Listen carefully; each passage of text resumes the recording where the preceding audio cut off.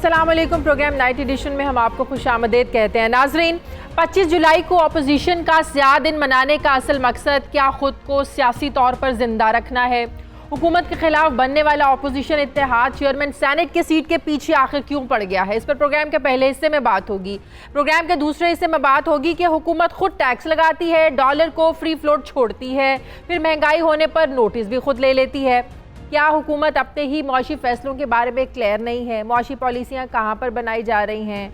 वज़ीर आज़म को इन सब इक़दाम पर फिर नोटिस लेने की ज़रूरत क्यों पेश आती है? इस पर प्रोग्राम के दूसरे हिस्से में बात होगी। प्रोग्राम का जो आखिरी हिस्सा होगा इसमें हम बात करेंगे कि हुकूमत ने IMF प्रोग्राम मिलने से पहले ही कौन से इदारों की निजकारी का फैसला किया है।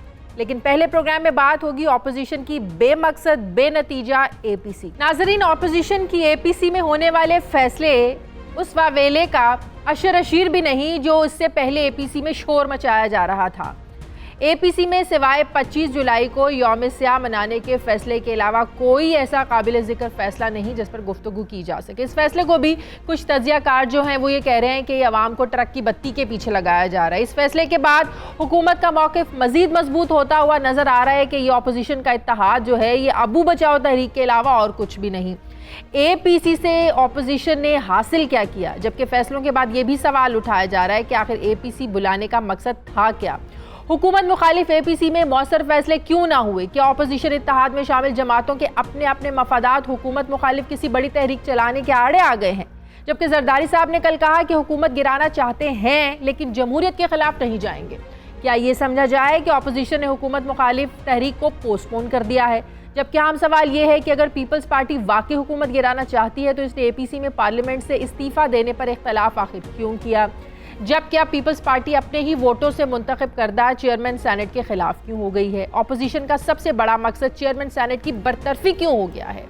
क्या मुल्क के बाकी सारे मसले हल हो चुके जो अपोजिशन अब चेयरमैन सेनेट की बरतरफी के लिए प्लानिंग करने लगी है? इस सब पर बात करेंगे और साथ ही प्राइम मिनिस्टर साहब को महंगाई पर आखिर नोटिस लेने की ज़रूरत क्यों पेश आ रही है, इस पर बात करेंगे। मेरे साथ तजियाकार इरशाद भट्टी साहब है। बहुत शुक्रिया। अस्सलाम वालेकुम इरशाद भट्टी साहब, आपने हमें वक्त दिया।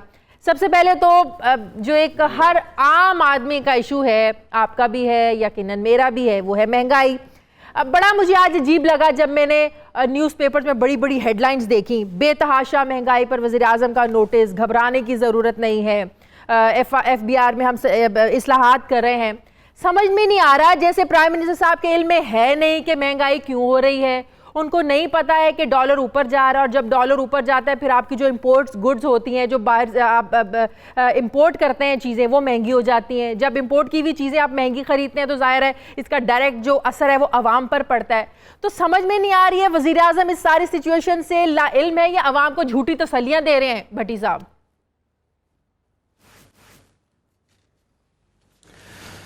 हाय, देखिए बात यह है कि जब आप तैयारी नहीं करते, जब आपकी टीम नहीं होती, जब right people for the right job नहीं होती, जब आप झूठे वादे करते हैं, झूठे दावे करते हैं और जब आपको अपनी हर बात से मुकरना पड़ जाता है, जब आप तवक्कुआत पर पूरा नहीं उतरते, तो फिर ये चीज़ें होती हैं। ये मन मौजियों का और मवालियों का मजमा है अपोजिशन और हुकूमत जो आज चल रहा है। यानी हुकूमत शर्मा रही है लफ्ज़ सिलेक्टेड से, अपोजिशन सता रही है लफ्ज़ सिलेक्टेड से। पूरी कौम के मसाइल क्या हैं, मुल्क के मसाइब क्या हैं और उनके शुगल क्या हैं असम्बली में। गैज़ो गज़ब, गुस्सा, हकारत, इंतकाम, कानों से धुआं, ज़बानों से जहर, आग जैसे वो नहीं होती, आग भड़क रही है, कढ़ाई चढ़ी हुई है, तेल उबल रहा है, हर कोई अपना लुच तुल रहा है। कहीं हंटर वाली यानी एहतसाब चल रहा है, कहीं हंटर वाली एक पंजाबी फिल्म होती थी वो रिलीज़ हो गई, कहीं चोरों की बारात है, कहीं शोले का ट्रेलर है, कहीं मुकद्दर का सिकंदर है, कहीं VIP बंदर की शूटिंग है। यानी चंदे माताब, चंदे आफ्ताब, असली ते बिल्कुल वधिया किस्म की तब्दीली। यानी एक रोटी खाएं, इधर आए एक थप्पड़ मारे हम आपको, कलभूषण भाग गया, 5000 बंदे मार दो, नौकरियों की बरसात होने वाली, गीज़र लग्जरी आइटम, 1 अरब दरख्त लगाए, चीन में 5 अरब हो गए। बात यह है कि आप इनका हाल देखें कि जो अवाम पर 300 दिनों की जो रिपोर्ट आई है वो है कि 1200 अरब का इजाफी बोझ पड़ा है, 400 अरब के मंसूबे ख़त्म कर दिए हैं तरक्याती, तरक्याती जो हैं उस पर 125 अरब का कट लगा है, 450 से 550 अरब का टैक्स शॉर्टफॉल है, कर्ज़ों में 5215 अरब का इजाफा हुआ है, ज़र मुबादला ज़खायर में 1 अरब 84 करोड़ डॉलर की कमी हुई है, डॉलर 40 रुपये महंगा हो गया है, गैस नरखों में 143% इजाफा हुआ है और 190% और होना है। हाँ, करंट अकाउंट खसारे में 5 अरब 24 करोड़ डॉलर की कमी, पेट्रोलियम मसनूआत 17.5 रुपये फ़ी लीटर महंगी हुई हैं, महंगाई की शरह जो है 5.9.1 तक जा पहुंची है। बजट खसारा आपके सामने है, तिजारती खसारा आपके सामने। अब करे क्या बंदा? बड़ी मायूसी की बातें करते हैं मोदी साहब। जिन्होंने कहा, हाँ डॉलर, अब देखें, अब नहीं, मैं सॉरी, मैं अभी अपनी दूसरी जंबील से कोई खुशी की बातें निकालता हूं, लेकिन डॉलर 164 पर पहुंच गया है, 164 के करीब है। अगर ये IMF के फैसले के मुताबिक हो रहा है या कहने पर हो रहा है तो बहुत बुरा है, और अगर ये हुकूमती फैसला है कि डॉलर का तयन मार्केट करेगी, यानी जखीरा वो जो मुनाफा खोर करेंगे, तो ये भयानक फैसला है। बिल्कुल बिल्कुल। 10 महीनों में 123 रुपए से 164 तक डॉलर पहुंचा है। 40 रुपए का मतलब 100 अरब जो है मजीद कर्जे चढ़े हैं। सिर्फ बुध वाले दिन 500 अरब चढ़े हैं, सिर्फ बुध वाले दिन जो डॉलर बढ़ा है। 10 महीनों में 10 मिनी बजट आ चुके हैं। गैस की कीमतें जो बड़ी अच्छा दूसरा जो है, एक और झूठ जो वजीर आजम साहब मुसलसल बोल रहे हैं, पता नहीं उनको क्या समझ नहीं है, कोई बताता नहीं है। कहते हैं अवाम टैक्स नहीं देते। भाई 15 करोड़ अवाम 42 किस्म का इनडायरेक्ट टैक्स दे रही है सालाना। 4,000 अरब में से 3,000 अरब जो टैक्स देते हैं वही रुल रहे हैं जो टैक्स में हैं। तनख्वाहदार तबका जो टैक्स में है उसका कबाड़ा हो गया। ज़राअत मनफी पे चली गई है 2011 के बाद पहली मरतबा। 2011 में सैलाब आए थे, इस वजह से थी, अब पहली मरतबा। इंडस्ट्री मनफी है। शुगर माफिया के मजे हैं। अच्छा, शुगर माफिया जहांगीर तरीन, शुगर माफिया जरदारी साहब, sugar mafia house of Sharif. Sugar महीनों में 29%, इन 10 महीनों में 8 महीनों में 29% चीनी बढ़ी है, और इस बजट में भी 3 रुपए का है सब्सिडी उनको दी जाती है। कपास की जगह शुगर लगा दी गई, शुगर के कारखाने। लेकिन हमें तो हैरान होती है भट्टी साहब, हैरानगी इस बात पे होती है कि ये इमरान खान साहब जब ऑपोजिशन में होते थे तो कहते थे कि बिजली की कीमतें, खाने के तेल की कीमतें दिन ब दिन जब बढ़ती हैं तो आप लोग अपनी आवाज़ बुलंद करेंगे। महंगाई नहीं रुकती, बड़े बड़े माफियाज बैठे हुए होते हैं। जब महंगाई होती है उसका मतलब ये होता है कि हुकूमत इन बड़े बड़े माफियाज के साथ मिलकर महंगाई कर रही है। तो अब हमारा सवाल ये, अब हम किससे पूछें कि ये हुकूमत किन लोगों के साथ मिलकर महंगाई कर रही है? ये हुकूमत से अब कौन पूछे किन माफियाज के साथ ये हुकूमत मिली हुई है?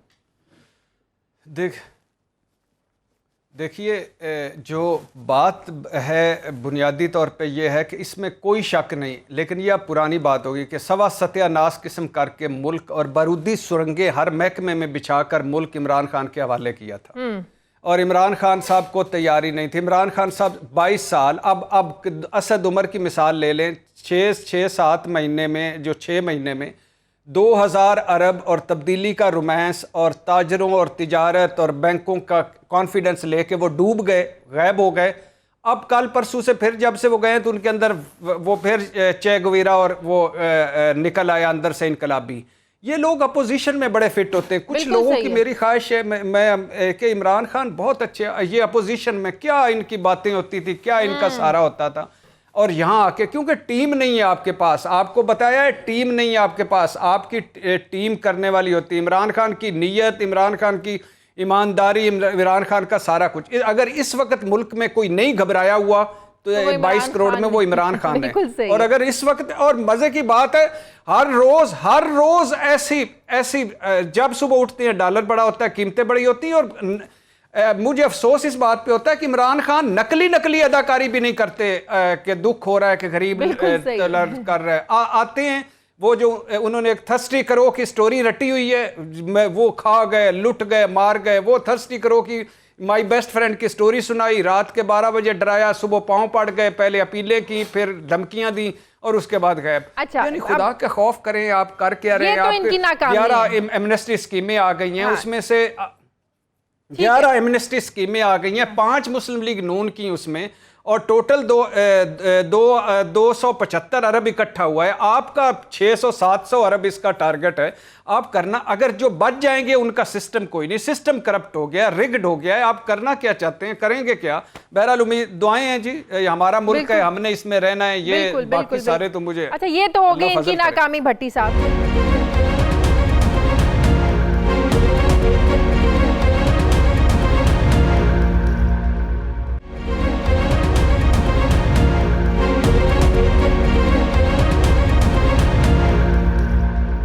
ऑपोजिशन क्या रोल प्ले कर रही है? हमें तो उस एपीसी का मकसद ही कोई समझ में नहीं आया।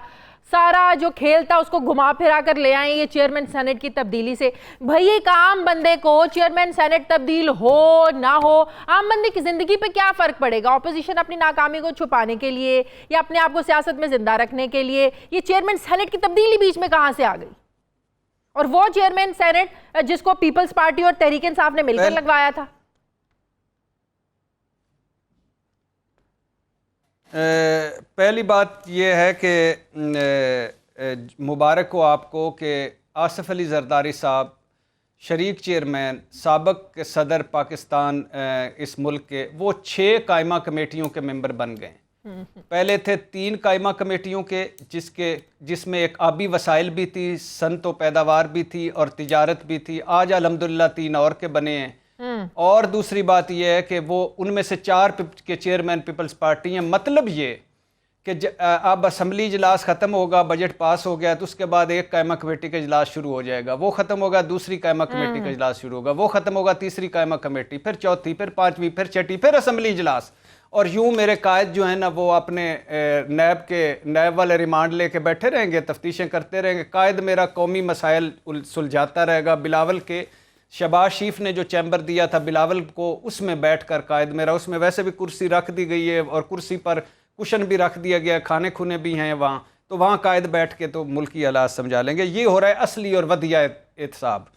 अलीम खान ने 4 कमेटियों के जूँ ही बाहर निकले हैं ना तो उन्होंने रिज़ाइन दे दिया और अब वो सबतैन खान खुद मिलेंगी ताकि सबतैन खान साहब भी आके तो मुल्क की मसाइल निभाएँ। और हमजा साहब तो आपको पता ही है, बाकी सारा, और फरियाल तालपुर, सिराज दुरानी पता ही है, और डॉक्टर आसम जा चुके हैं, शर्जील मेमन की ज़मानत हो गई है। तो ये इस फ्रंट पे हम ठीक जा रहे हैं।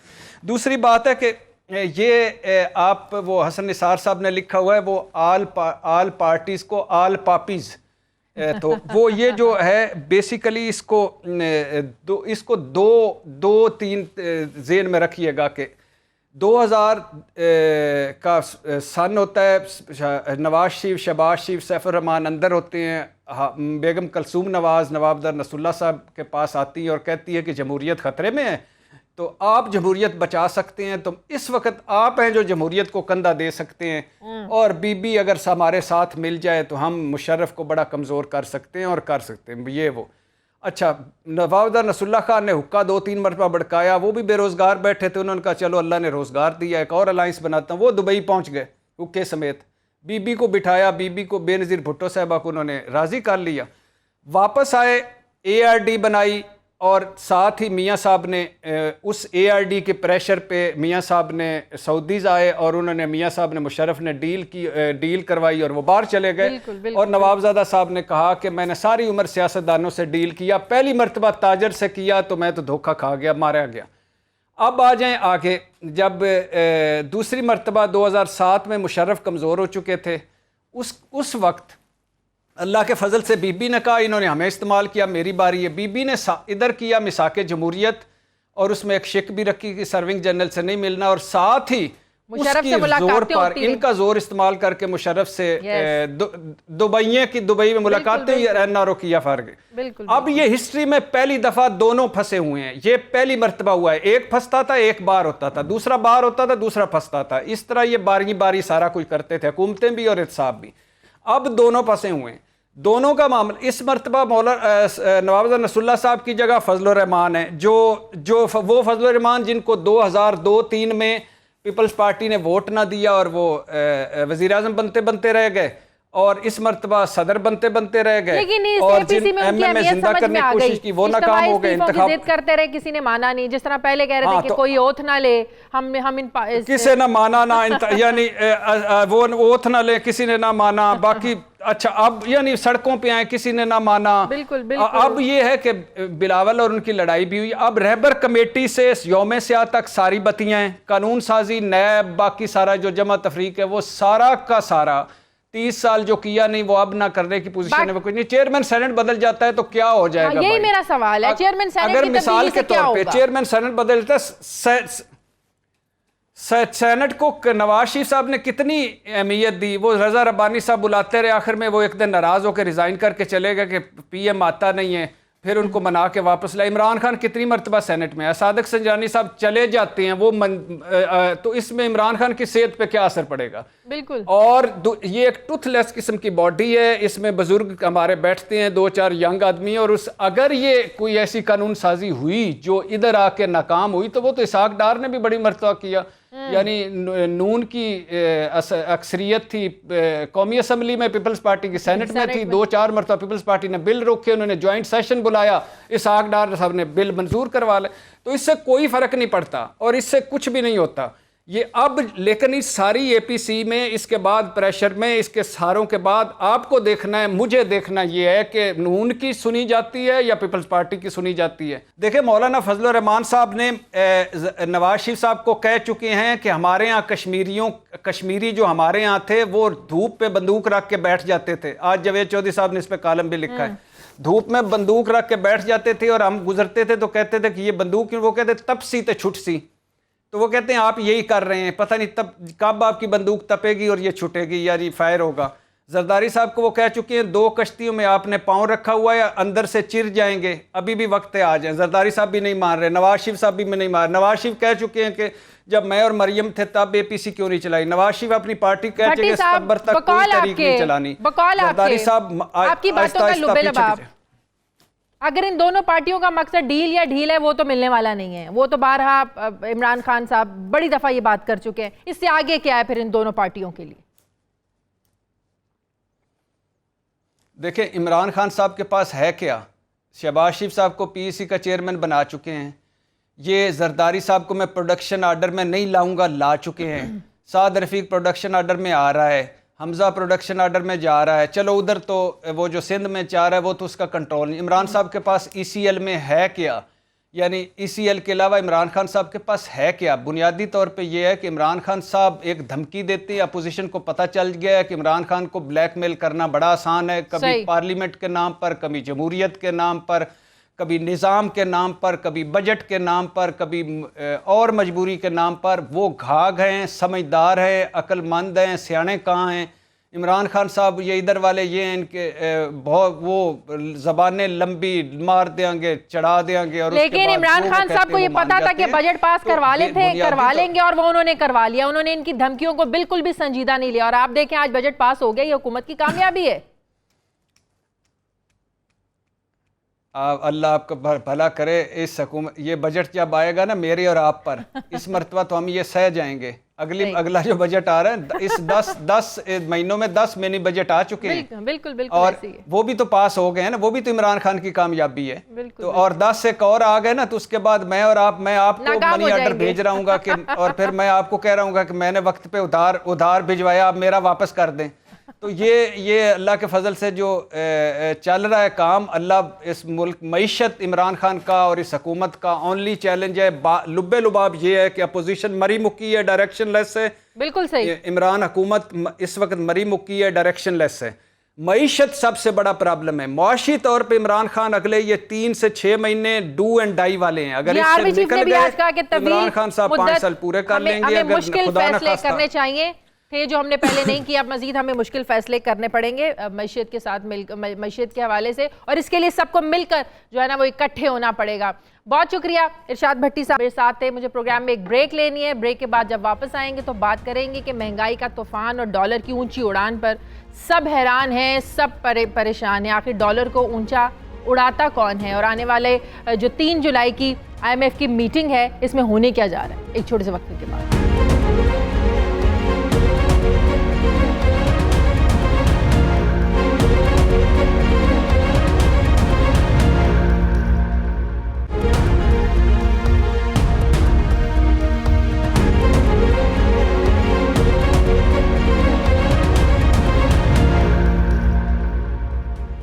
नाजरीन, डॉलर की बढ़ती हुई कदर और गैस की कीमत में 191% इजाफे और बढ़ती हुई महंगाई ने अवाम को एक बार फिर से ये सोचने पर मजबूर कर दिया है कि क्या यही वो तब्दीली थी जिससे इमरान खान जिसके दावे किया करते थे। जबकि कल से सोशल मीडिया पर वज़ीर आज़म इमरान खान के वो बयानात और ट्वीट्स गर्दिश कर रहे हैं जिसमें वो महंगाई पर गुज़श्ता हुकूमतों पर बरसते नजर आते थे। दिसंबर 2017 के बाद से अब तक डॉलर के मुकाबले में पाकिस्तानी रुपए की कदर तकरीबन 50% तक कम हो गई है। अवाम पूछ रहे हैं कि अब डॉलर की कदर में इजाफे से मुल्की कर्जे में इजाफा नहीं हो रहा है क्या अब मुल्की ज़र मुबादला के ज़खायर पर मनफी असरत नहीं पड़ रहे हैं क्या? जबकि अहम बात यह है कि रुपए की गिरती हुई कदर से मुल्क भर में महंगाई का तूफान आया है जिसके ऊपर वज़ीर आज़म ने नोटिस लिया है। सवाल ये है कि ये नोटिस कैसा, किसके खिलाफ नोटिस? क्या वज़ीर आज़म को नहीं मालूम कि महंगाई क्यों हो रही है? खुद ही बजट में टैक्स लगाते हैं, डॉलर को अपने रुपए को फ्री फ्लोट छोड़ते हैं, खुद ही नोटिस लेते हैं। ये वज़ीर आज़म की मुआशी टीम वज़ीर आज़म को क्या समझा जाए फैसलों से आगाह नहीं करती है। जबकि खबरें आ रही हैं कि हुकूमत अगले हफ्ते IMF के साथ भी बजट शेयर करने जा रही है। क्या IMF प्रोग्राम के लिए ऐसा करना ज़रूरी था? क्या इसे ये समझा जाए कि पाकिस्तान के मौशी फैसले अब IMF ही कर रहा है और IMF ही करेगा? जबकि कल बैनुल-अक़वामी क्रेडिट एजेंसी फिच सॉल्यूशंस ने अपने रिपोर्ट में कहा है कि टैक्स की बुलंद शरह से अवाम की जो कुव्वत ख़रीद है वो कम हो गई है, महंगाई बढ़ जाएगी, कारोबारी तबके का एतमाद कम हो रहा है, सरमायाकारी मनफी असर ले रही है। जबकि ऐसे में सिर्फ CPEC मनसूबों में चीनी सरमायाकारी ही वो जरिया है जिससे मईशत को सहारा मिलेगा। जबकि ये भी खबरें आ रही हैं कि हुकूमत एक और यू टर्न लेते हुए MNST स्कीम में भी तोसी करने जा रही है। सवाल यह है कि मईशत की सूरत हाल में बेहतरी के लिए MNST स्कीम का इस वक्त कामयाब होना कितना ज़रूरी है? क्या आने वाले दिनों में डॉलर की कदर में मजीद इजाफा होगा या हुकूमत इसे रोक पाएगी या रोक सकती है? इस पर हम बात करेंगे। माहिर मौशियात ज़फ़र मोतीवाला साहब ने हमें ज्वाइन किया। बहुत शुक्रिया ज़फ़र साहब। ज़फ़र साहब, वही बात, IMF भी चले गए, कर्जे भी ले लिए, आप देखें रोज़ रुपया गिर रहा है, ज़ाहिर है इससे शरह सूद भी बढ़ेगी, महंगाई हो रही है। पिछले साल जब तहरीक-ए-इंसाफ इक़्तिदार में आई तो डॉलर 122 का था, अब 10 माह में आप देखें 160 पे, कल तो 164 पे चला गया था।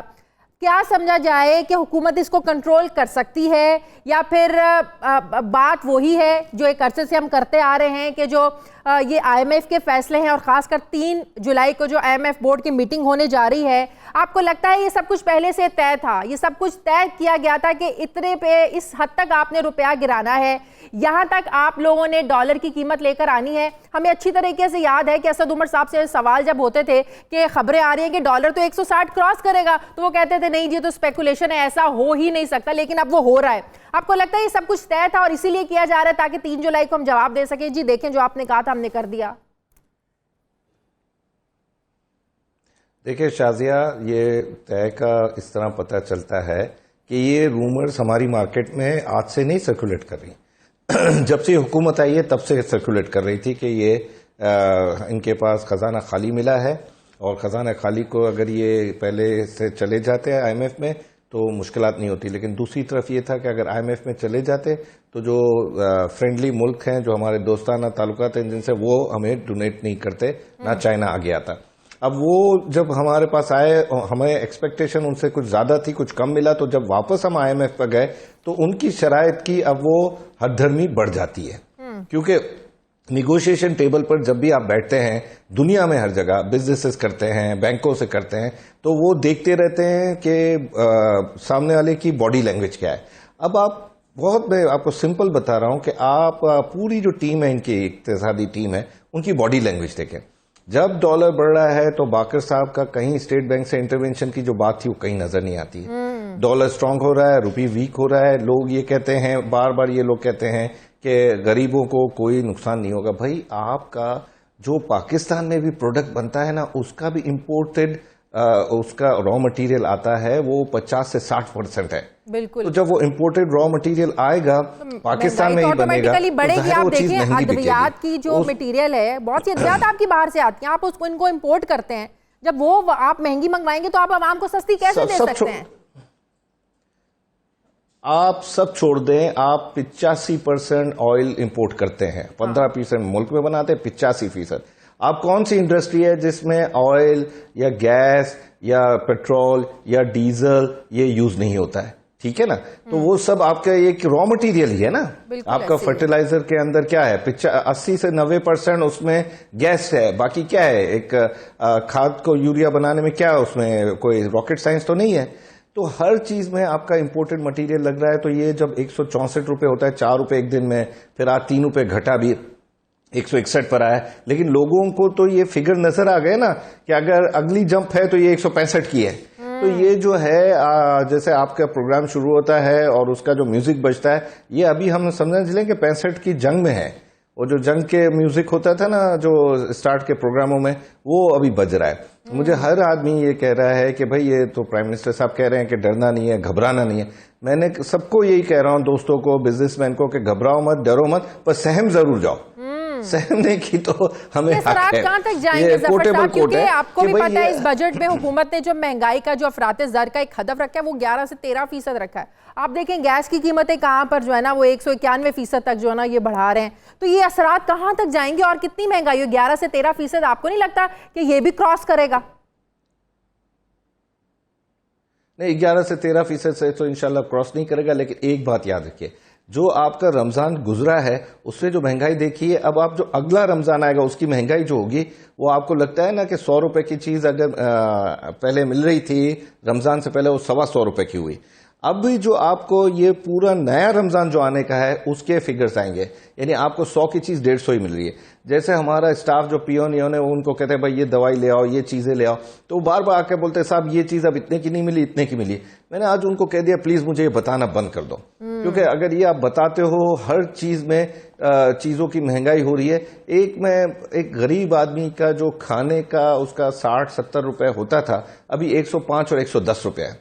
आप ये देखें कि जहां पर पहले जो ये फलाई इदारे होते थे ना, वहां पर आपको रियल में गरीब नजर आते थे, जो बहुत गरीब होते थे या बहुत मिस्कीन या फकीर होते तो खाते। अब आपको well to do white collar वाले गार्ड्स वो वहां बैठकर खाना खाते नजर आ रहे हैं। तो ये बात अब ढकी छुपी नहीं है। रोज कोई ना कोई चैनल वाला आते हैं, जब उनके जो कैमरामैन होते हैं उनसे पूछते हैं, मैं पूछता हूं कि भाई कैसे हालात, तो वो हर एक है यहाँ बैठकर, बल्कि आपका भी कैमरामैन देख रहा है मुझे, वो भी यही देख रहे हैं कि हमारी सैलरी इतनी है, हमारा किराए का घर इतने का है, मेरे 3 बच्चे हैं, अब मैं किस तरह ये घर को चलाऊं।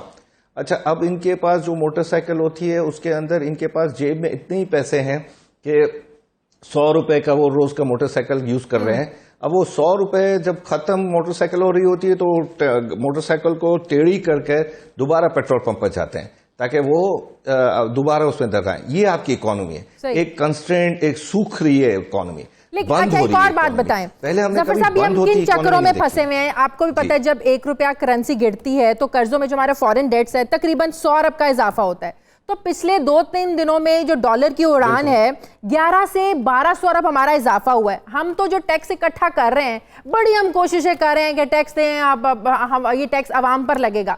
ये टैक्स तो सारा वो जो एक दिन में आपके अरबों रुपए कर्जे बढ़ जाते हैं, आपके सूद बढ़ जाते हैं, ये टैक्सों का पैसा अगर उसी मद में हम 5 साल इसी तरह अदा करते रहेंगे तो डोमेस्टिकली हम कहाँ से खर्च करेंगे? डोमेस्टिकली हमारे हालात आपको नहीं लगता बद से बदतर होते जाएंगे फिर? देखिए, अभी इस साल मुझे गारंटीड है कि इंफ्रास्ट्रक्चर पर कोई भी किस्म का खर्चा नहीं होगा। आप तो लाहौर से ये प्रोग्राम कर रही हैं, कराची में पूरा सीवरेज सिस्टम बैठ गया है, पूरा पानी का जो आने का तरीका है पानी का वो बैठ गया है, पानी यहाँ मिल नहीं रहा है। अच्छा, पहले से ही सूखा मुल्क हो रहा है, आपकी 4 जो क्रॉप हैं वो आपका 80% पानी पी जाती है, गन्ना और ये सब।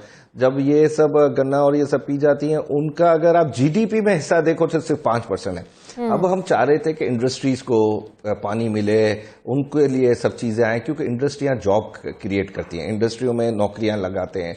7 से 8% अगर आपका जीडीपी नहीं हुआ, उसमें भले ये लोग कह रहे हैं कि उसमें इन्फ्लेशन एडजस्टेड है, होती है एडजस्टेड अफराते ज़र, लेकिन उसके बावजूद 7 से 8% नहीं हुआ तो आप ये जो नई कौम आ रही है, ये नए नौजवान आ रहे हैं, इनको कहां से नौकरियां देंगे? बैंकें बंद हो रही हैं, बिजनेसेस बंद हो रहे हैं। देखिए हमारे रिजर्व्स गिर रहे हैं पिछले 7 से 8 हफ्तों में। जफर साहब, हमारे रिजर्व्स में 3.2 अरब डॉलर की कमी हुई है, यानी कि हर हफ्ते हमारे जो रिजर्व हैं तकरीबन 450 मिलियन डॉलर गिर रहे हैं। ऐसी सूरत हाल रहेगी तो क्या बनेगा हमारी मैशियत का फिर? बस अब ये दुआ है कि 1 जुलाई से जो उधार में ऑयल मिलेगा वो उधार का ऑयल हमें सऊदीया प्रोवाइड करे। और मैं अगर ये आपको ईरान और यूएसए का कोई ये जो मसला है ये अगर थोड़ा बढ़ेगा तो फिर इंटरनेशनल जो मुल्क हैं और जो अमेरिका से अफिलिएटेड है, इवन अमेरिका भी, वो पाकिस्तान की तरफ 911 की तरह आएगा। सही। अच्छा, जिस सोने की कीमत में इजाफा हो रहा है इसका जरा थोड़ा सा बता दें कि इस कहा जा रहा है कि दुनिया में उस तरीके से सोने की कीमतें नहीं बढ़ रही हैं जिस तरीके से पाकिस्तान में बढ़ रही हैं। अब तो एक आम आदमी का ख्वाब ही रह गया, जरा हर एक की कोशिश होती है उसकी बेटी की शादी हो तो कुछ ना कुछ तो दे। अब सोना तो दूर की बात, आम आदमी गरीब बेचारा कह रहा है कि हम अच्छा खाना ही लोगों को शादी पे खिला दें तो बड़ी बात है, सोना तो बड़ी दूर की बात है। ख्वाब हो गया किसी को अपनी बच्ची को शादी पे सोना देना।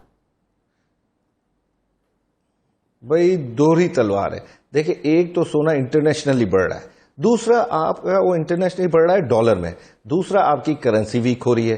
तो जब वहां पर अगर $25 बढ़ता है तो आप $25 तो ये हो गया, फिर $25 हम जो खरीद रहे थे ₹100 का वो अब हम खरीद रहे हैं ₹160 का, तो वो जो है ₹60 वो और डैमेज जाता है। तो जब पाकिस्तानी रुपीस में आप देखते हो तो एक दिन में आपको लगता है ₹1700 बढ़ गया।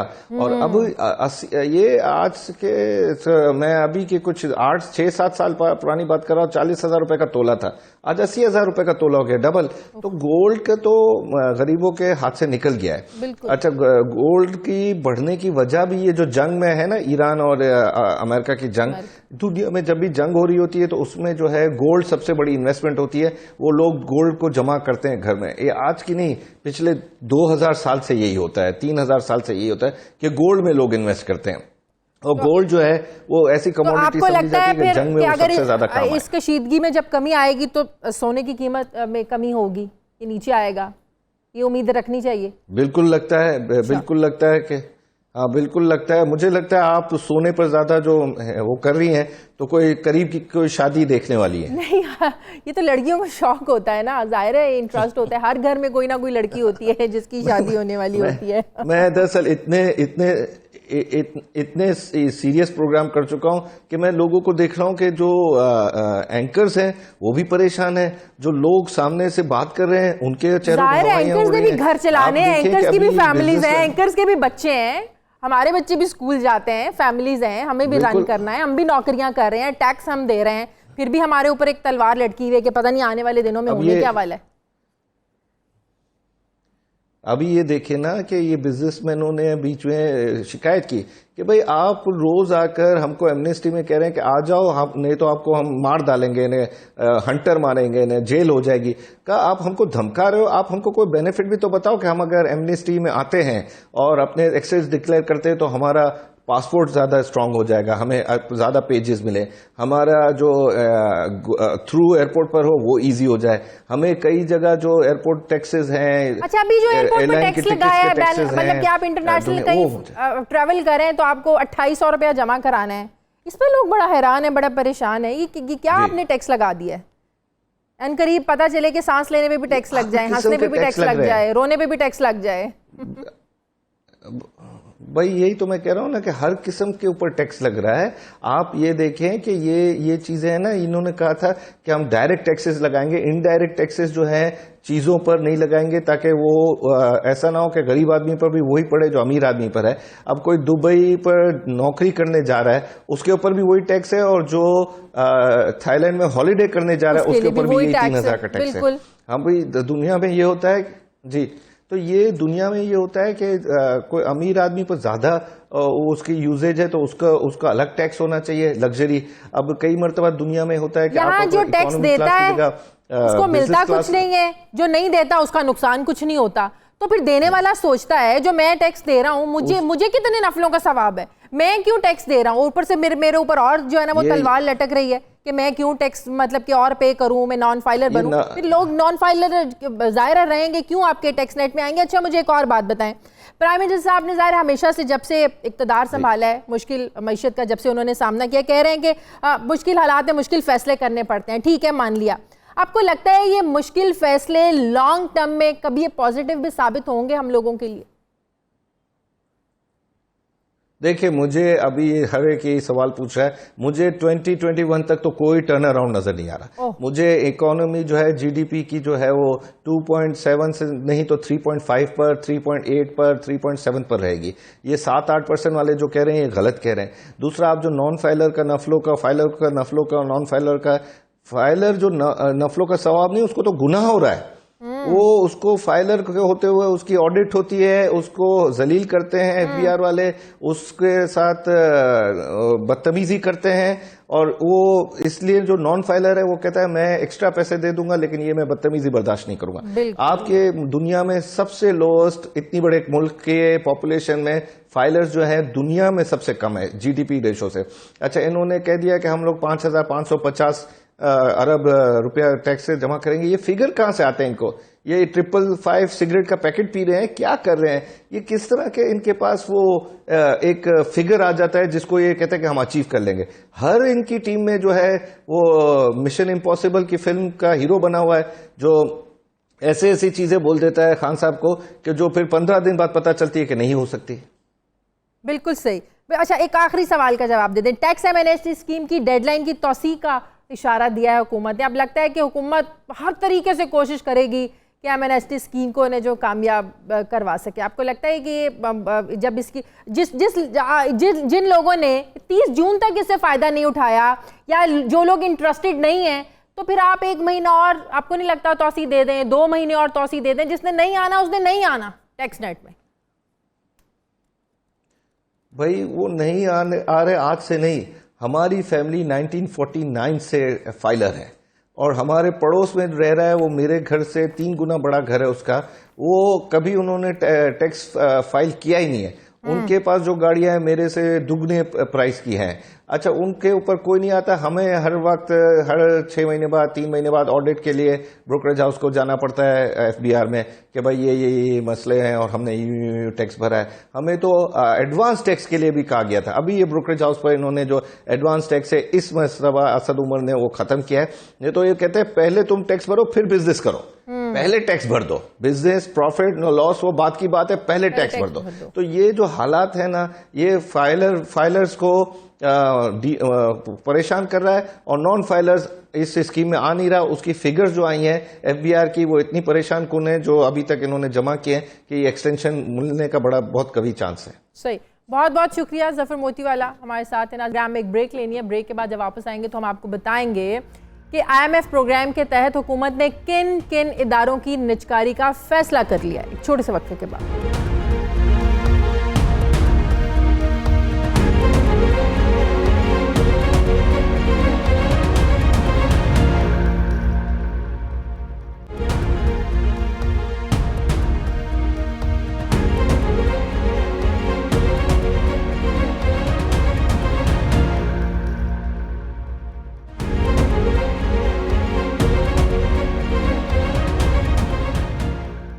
नाजरीन, IMF बोर्ड मीटिंग का इजलास 3 जुलाई को होने जा रहा है, जिसमें पाकिस्तान की 6 अरब रुपए की कर्जा जो अपील है इसका जायज़ा लिया जाएगा। लेकिन पाकिस्तान ने IMF की शराइत को मद्देनज़र रखते हुए पहले से ही काम शुरू कर दिया है। ज़रा ये खबरें दे रहे हैं कि बुध को होने वाले इजलास में गैस और बिजली के रेट बढ़ाने की मंजूरी भी इसी इजलास का पेश खेमा है। जबकि खबरें ये भी आ रही हैं कि 49 ऐसे इदारों की निजकारी की मंजूरी दी जा चुकी है जो कि खसारे में चल रहे थे। खबर ये भी है कि वफाकी हुकूमत ने खसारे में चलने वाले सरकारी इदारों की निजकारी का हतमी फैसला कर लिया है। ज़्यादा खसारे में चलने वाले इदारों की निजकारी पहले मरहले में की जाएगी। एक रिपोर्ट के मुताबिक खसारे में चलने वाले इदारों को सालाना सब्सिडी की मद में 1100 अरब रुपए दिए जाते हैं। ज़राए का यह भी दावा है कि मुशीर ख़जाना हफीज़ शेख ने वज़ीर आज़म को इदारों की निजकारी के हवाले से एतमाद में ले लिया है और राज़ी भी कर लिया है। जबकि ये भी वाज़ेह रहे कि IMF ने भी हुकूमत को नुकसानात में चलने वाले इदारों की निजकारी पर जोर दिया है। जिन इदारों की निजकारी की खबरें आ रही हैं उनमें हवेली बहादुर, बल्लो की power plant, first women bank, convention centre Islamabad, Lahore international hotel, Pakistan steel mill समेत दीगर 50 इदारे शामिल हैं जिनकी पहले मरहले में निजकारी की जाएगी। और खबरें ये भी आ रही हैं कि निजकारी कमीशन ने 193 इदारों की निजकारी की फहरिस्तें पहले ही तैयार कर ली हैं। इससे पहले ये भी वाज़ेह रहे कि साबिक वज़ीर ख़जाना असद उमर ने खसारे में जो चलने वाले इदारे थे उनको अपने पाँव पर दोबारा खड़ा करने के लिए एक कमेटी भी बनाई थी, जिनमें प्राइवेट सेक्टर से 5 अफराद को तैनात भी किया गया था। लेकिन असद उमर साहब की छुट्टी हो गई, उनकी छुट्टी के बाद फिर ये कमेटी भी गैर फ़ाल होकर रह गई है।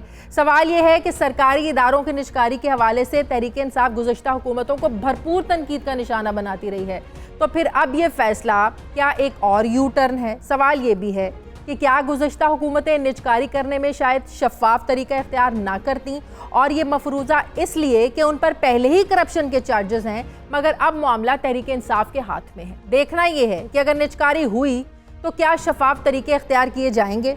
इस पर बात करने जा रहे हैं मुस्लिम लीग नून के रहनुमा मोहम्मद ज़ुबैर साहब ने हमें ज्वाइन किया। अस्सलाम वालेकुम, बहुत शुक्रिया ज़ुबैर साहब आपका। ज़ुबैर साहब, गुज़श्ता हुकूमतों पर, मतलब कि आपकी हुकूमत हो, नून लीग की हो, पीपल्स पार्टी की हो, ये इल्ज़ाम लगता रहा है कि इदारों की जो निजकारी है ये शफाफ तरीके से नहीं हुई। आपको लगता है कि अब जो हुकूमत ने ये फैसला किया है, तहरीक इंसाफ अपोजिशन में रहते हुए बात करती रही है कि इदारों की निजकारी नहीं होनी चाहिए, इन इदारों को अपने पाँव पर खड़ा करना चाहिए, इन पर इन्वेस्ट करना चाहिए, इन पर मेहनत करनी चाहिए। आपको लगता है कि अब हुकूमत का एक और जो यूटर्न है और ये जो निजकारी करने जा रही है शफाफ तरीके से होगी? क्या मेरिट होंगे, कैसे निजकारियाँ होंगी इन इदारों की? पहले तो मैं बिल्कुल आपको बिल्कुल उस तरह से बात नहीं करूंगा जो हमारी ऑपोजिशन जब हम हुकूमत में थे। मियां मोहम्मद सुमरो जबरदस्त आदमी है, और मुझे जो बोर्ड है प्राइवेटाइजेशन का, क्योंकि सिर्फ एक आदमी नहीं होता, पूरा बोर्ड होता है, वो फैसले करता है। और बोर्ड में अभी तक जितने भी लोग हैं वो वही बोर्ड है जो जब मैं था निजकारी का वजीर और मैंने बनाया था। तो बिल्कुल शफाफ तरीके से होगी और आप में इसमें किसी को कोई शक नहीं होना चाहिए। रह गया जहां तक ताल्लुक के जी पीटीआई ने यू टर्न लिया है, बिल्कुल यू टर्न लिया है, बिकॉज आपको पता है इकोनॉमिक पॉलिसी जो बनाने वाले थे वो असद उमर थे, और उन्होंने ही इतने सालों में डिफाइन किया था। और उनका जो कॉन्सेप्ट वो ये था कि वो कहते थे कि जी पहले रिस्ट्रक्चरिंग होनी चाहिए और फिर जाके अगर जरूरत पड़े तो निजकारी होनी चाहिए। और उसके लिए रिस्ट्रक्चरिंग के लिए उन्होंने बना भी दिया था एक, जिसको सरमाया पाकिस्तान बोर्ड की एक कंपनी बनाएंगे, उसमें तमाम जो इदारे हैं मिनिस्ट्री से निकाल के उसमें डाल देंगे और वो प्रोफेशनल बोर्ड जो है रिस्ट्रक्चरिंग करेगा। ये अक्टूबर में बन भी गया था सरमाया पाकिस्तान कंपनी, लेकिन जाहिर है असद उमर के जाने के बाद हफीज शेख आए। हफीज शेख का जो बैकग्राउंड है वो तो है ही प्राइवेटाइजेशन मिनिस्टर जी, मुशर्रफ दौर में भी निजकारी के मुशीर थे वो, जब उन्होंने पीटीसीएल की निजकारी की थी और पाकिस्तान को आज तक जी 800 मिलियन डॉलर का आज तक का नुकसान। सबसे पहले तो हम उनसे ये डिमांड करेंगे कि वो जो 800 मिलियन डॉलर लेने थे वो तो हफीज शेख साहब कम से कम कोशिश करके बताएं कि जी वो ले रहे हैं या नहीं ले रहे। इसी तरह से जो बहुत से इदारे हैं, मैं आपको बता दूं, हम भरपूर सपोर्ट करेंगे निजकारी के अमल, क्योंकि मेरा ख्याल है ये सियासत इस पर नहीं करनी चाहिए। और जो तरीका होता है कि जहां तक ये शक होता है कि जी ये शफाफ तरीके से करेंगे, तो तमाम लोगों को, आप लोगों को भी, मीडिया वालों को मैं कहूंगा कि आप उनका प्रोसेस देखें कि वो क्या तरीक़ेकार है, चेक्स एंड बैलेंसेस हैं, कंट्रोल्स हैं, डिसीजन मेकिंग प्रोसेस क्या है। सिर्फ ये उंगली उठाना कि जी वो खराब आदमी है, वो खराब आदमी है तो इसलिए हम नहीं मानते, ऐसे होता नहीं है। क्योंकि एक तरीकेकार होता है डिफाइंड, और वो बहुत अच्छा तरीकेकार डिफाइंड है। और बहुत अच्छी बात है कि एक जबरदस्त शरीफ पढ़े लिखे इंसान जो है वो मिनिस्टर हैं मियां मोहम्मद। आप इस बात से मुत्तफिक हैं कि ये भी आईएमएफ का ही फैसला, आईएमएफ के दबाव पर ही किया जा रहा है? इसमें दोनों का इंटरेस्ट है। बिल्कुल आईएमएफ का तो बहुत ज्यादा दबाव होगा, और मैं समझता हूँ उनका सही दबाव है। वज़ीर आज़म का भी इंटरेस्ट है। महातीर मोहम्मद जब पाकिस्तान आए थे तो उन्होंने ये उनसे पूछा था कि आप लोगों ने भी अपने मुल्क में इदारों की निजकारी की, हमें भी बताएं आपने कौन से तरीके इस्तेमाल किए कि इदारों की निजकारी अच्छे और शफाफ तरीके के। वज़ीर आज़म साहब का भी इंटरेस्ट है। वज़ीर आज़म साहब का ये था नहीं, जाहिर है चूंकि असद उमर डिफाइन कर रहे थे इकोनॉमिक पॉलिसी, तो असद उमर के साथ ही जा रहे थे वज़ीर आज़म। लेकिन और वो जाहिर है वज़ीर आज़म तो हमारे जो थे वो हर चीज की मुखालफत करते थे, मतलब जो भी हो जाए तो वो तो मुखालफत करते थे। हमारा, आपको मैं बताऊं कि उन्होंने इतनी मुखालफत की थी कि हमें इंटरनेशनल कम्युनिटी में एम्बैरस कर दिया था कि हम निजकारी करने के लिए रोड शोज के लिए लंदन पहुंचे, और यहाँ पेशावर हाई कोर्ट से ये स्टे ले लेते थे कि जी हमें ना करने दें, और सुप्रीम कोर्ट में झगड़े चल रहे हैं तो मेरा ख्याल है वो तो कोई तरीका नहीं होता। अच्छी बात है अगर वजीर आजम ये समझते हैं, लेकिन पूरी कौम को समझना चाहिए कि 1000 बिलियन रुपए अगर हम सिर्फ इसलिए पैसे खर्च करते हैं कि ताकि उनको जो लॉसेज है उसको सस्टेन कर सकें, तो मेरा ख्याल है ये जुल्म है इस मुल्क के साथ। और सिर्फ लॉसेज की बात नहीं है, फिर क्वालिटी ऑफ सर्विस भी तो है ना, कि अवाम का क्या हक नहीं बनता कि उनको अच्छी क्वालिटी सर्विस मिले, चाहे वो PIA हो, पाकिस्तान स्टील हो, पोस्टल सर्विसेज हो। तो दो चीजें हैं उसमें इम्पोर्टेंट, एक तो क्वालिटी ऑफ सर्विस। ठीक है बहुत शुक्रिया शंदाना गुलजार साहिबा हमारे साथ हैं। बहुत शुक्रिया आपका शंदान साहिबा। ये बताइएगा कि असद उमर साहब तो ये कहा करते थे, तहरीक इंसाफ की खुद हुकूमत ये कहा करती थी कि तजर्बाकार और पेशावर अफराद लाकर जो कौमी इदारे हैं जो खसारे में हैं, हम उनको मुनाफा बख्श इदारे जो है ना वो बनाएंगे। हमेशा नून लीग और पीपल्स पार्टी की हुकूमत पर ये तनकीद हुआ करती थी। क्या अब हुकूमत को वो काबिल तजर्बा पेशावर अफराद मिले नहीं, या असद उमर गए तो साथ ही उनकी पॉलिसीज भी चली गई? आई थिंक ये वाहिद हुकूमत है जिसने आते साथ ही सरमाया पाकिस्तान एक ह्यूज इंस्टीट्यूशन का अनाउंसमेंट किया, ऐलान किया, जिसमें हमने सबसे पहली बात की कि जितने भी हमारे गवर्नमेंट या स्टेट ओन एंटरप्राइजेज हैं जो या परफॉर्म नहीं करें या बिलो एवरेज परफॉर्म कर रही हैं, जिनको बेचना है, जिनको नहीं बेचना है, जिनको रिवाइज करना है, उस पर काम करना, सोचना है। ये देखिए, ये टॉफी और गोलियां तो नहीं है कि हम बांटना शुरू करते हैं। यहाँ पे लोगों की, हजारों लोगों की नौकरियां लगी हुई हैं। और आपने देख लिया होगा कि चाहे PIA की बात करें, स्कीम में अगर वो क्योंकि बजट से थके हुए हैं और यही सुबह से सुनते रहे वॉलीबॉल हो रहा है कि हमारी गलती है, आपकी गलती है। इशू ये है कि अब करना क्या है। असद उमर साहब इस पार्टी की रीढ़ की हड्डी हैं। अगर हमारे प्राइम मिनिस्टर इसके बादशाह हैं तो असद उमर साहब के बगैर तो कोई फैसला नहीं होता। तो ये जो फालतू इधर की गॉसिप होती है वो सजेस्ट उसको नहीं बिलीव किया करें, जो इनसाइड से हमें से ले लिया करें।